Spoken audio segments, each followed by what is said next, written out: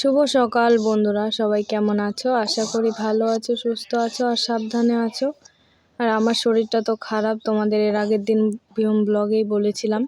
তো এখন বাজে সকাল 7টা আর দেখো সূর্য মামাকে দেখা যাচ্ছে। আর চারিদিকে কিন্তু কুয়াশাও পড়েছে, তো তবুও হালকা করে আর কি সূর্য উঠেছে। তো তারপরে ঘুম থেকে উঠেই যেটা কাজ আমার ঝাড় দেওয়া, তো ঝাড় দিতে শুরু করেছি এখানে।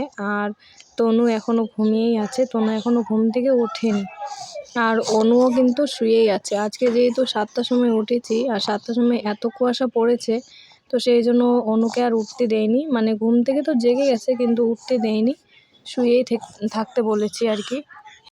সকাল থেকে ভাবছিলাম যে ভিডিও করব নাকি করব না, কারণ এতটা পরিমাণে গালটা ফুলে গেছে আর এতটা পরিমাণে ব্যথা, কি আর বলবো তোমাদের। তবুও ভাবলাম যে না, ক্যামেরাটা অন করি, একটু ভিডিও করি।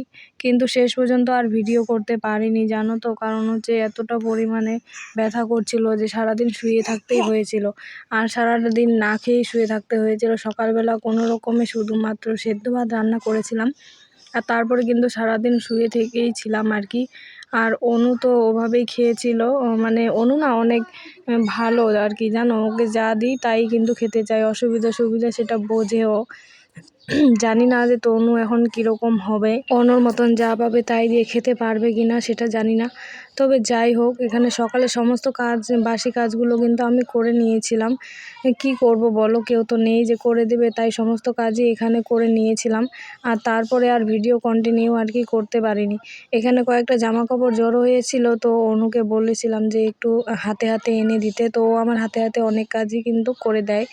তো সেটা তোমাদেরকে আমি দেখাই না, কারণ এটা দেখানো ঠিক হয়তো হবে না।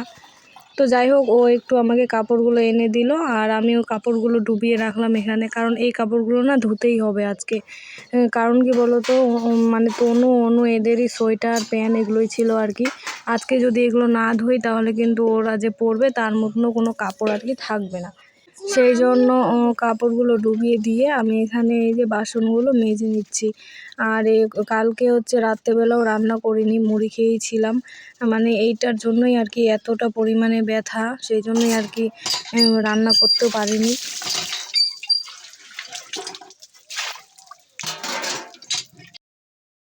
আর এদিকে আমি বাসন ধুচ্ছি, আর ওইদিকে দেখো অনু কিন্তু ওইদিকে খেলা করছে, মানে ও বালি নিয়ে এসে রান্নাবাটি খেলা করছে আর কি। বলে না, মেয়েরা হচ্ছে মায়ের জাত হয়, সেই জন্য সেরকমই আর কি।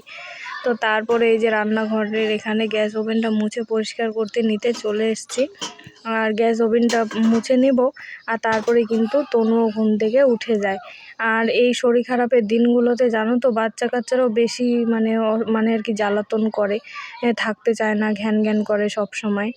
তো এই জন্যই আর কি মনে হয় যে কেউ যদি একটু ধরতো তাহলে আমি একটু চুপ করে শুয়ে থাকতাম, কিন্তু সেরকম তো করার উপায় নেই। এই যে দেখো, এখানে তনুর বান্ধবী মানে অনুর বান্ধবীটা এসেছে, আর মানে তনু ঘুম থেকে উঠে গেছে, তো ওই যায় নিয়ে আসলো তনুকে। তো নিয়ে এসে আমি এখানে বসিয়ে দিব ওকে। সকালের সমস্ত বাসি কাজ করা হয়ে গেছে।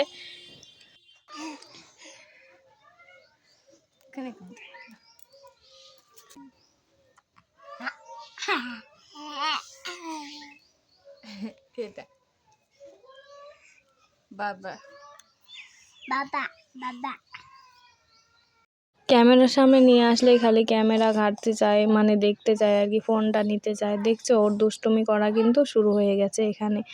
এরকমই করে, সেই জন্য সকালবেলা করে ঘুম থেকে ওঠে না, সেটাই ভালো। তো চলো বন্ধুরা, আর ভিডিওটা কন্টিনিউ করতে পারিনি, এখানে আমরা সবাই বসে আছি। আর পরবর্তীতে রান্না বান্না করতে চেয়েছিলাম, আরও অনেক কিছুই ভিডিও করতে চেয়েছিলাম, কিন্তু কোনো কিছুই করতে পারিনি। শুধুমাত্র ভাতটাই আর কি কোনো রকমে রান্না করে খেয়ে তারপরে আমি শুয়েছিলাম। আর কাপড়গুলো অনেক কষ্টে বিকেলবেলার দিকে আর কি ধুয়েছিলাম, কাপড়গুলো কিন্তু এখনও ভেজা আছে। তো চলো আজকে আসি, দেখা হচ্ছে অন্য কোনো ভিডিওতে, টাটা।